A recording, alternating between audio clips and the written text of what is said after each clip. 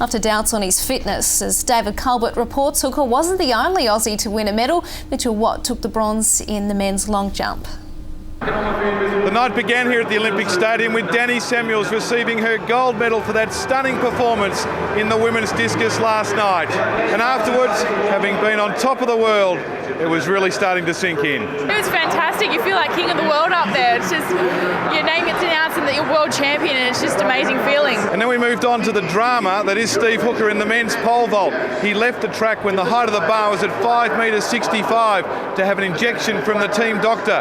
He entered the competition at 5 metres 85 with the most narrow of misses. He then put the bar up to 5 metres 90.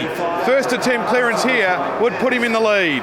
An amazing jump that forced the two Frenchmen, Romain Mainil and Renaud Lebellany, to jump at 5.95 to try and displace Hooker from the gold medal.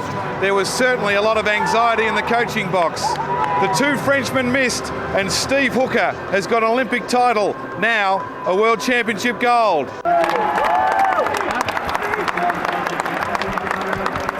The reaction from the coach, Alex Parnoff, was one of sheer relief.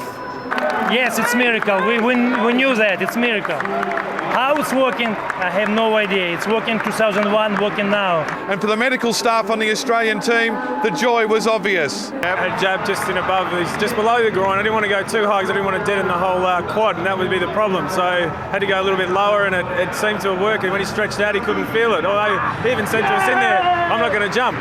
So I'm speechless. I've never seen anything like it. And in the stands, Mum Erica and Dad Bill, they missed the Olympic Games in Beijing. They watched from Australia. They weren't going to miss this one.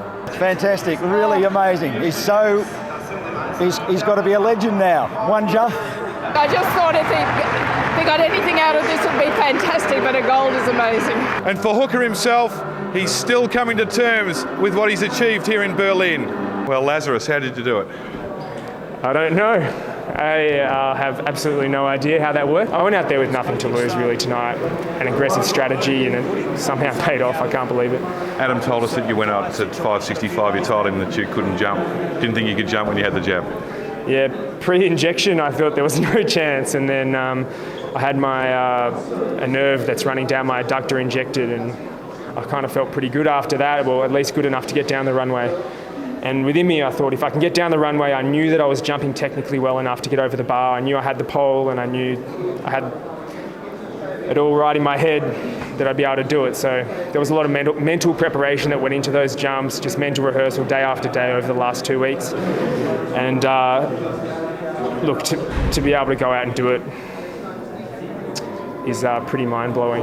Well, the night was extraordinary for Australia. Two long jumpers in the top 8. They began the competition in fantastic form. Fabrice Lapierre leaping 8 metres 21 and Mitchell Watt 8 metres 28.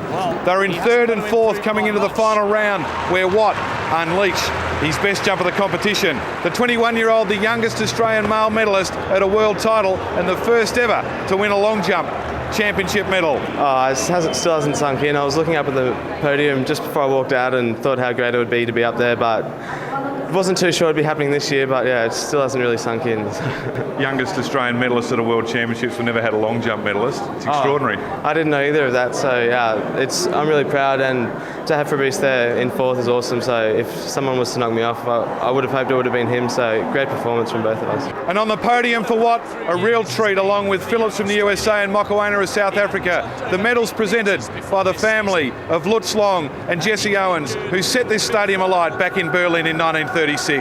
In other Australian results, Martin Dent, the leading Australian in the men's marathon, he finished in 21st. A storming run by Ben Offren's got the Australian team into the final of the men's 4x4. The Australian women's team weren't so lucky. Jamaica, a sweep of the 2 relays. The men's team, with Usain Bolt collecting his 3rd gold medal of these titles. Well, tomorrow, the final day here, Collis Birmingham in the 5,000 metres, Lisa Waitman in the marathon, and the men go in the 4x4. 2 golds and a bronze so far for Australia at these championships. An extraordinary performance. In Berlin, David Culbert, Fox Sports News. Thanks, Dave, doing a stellar job there. Well, after the break, you're on the News HQ. All the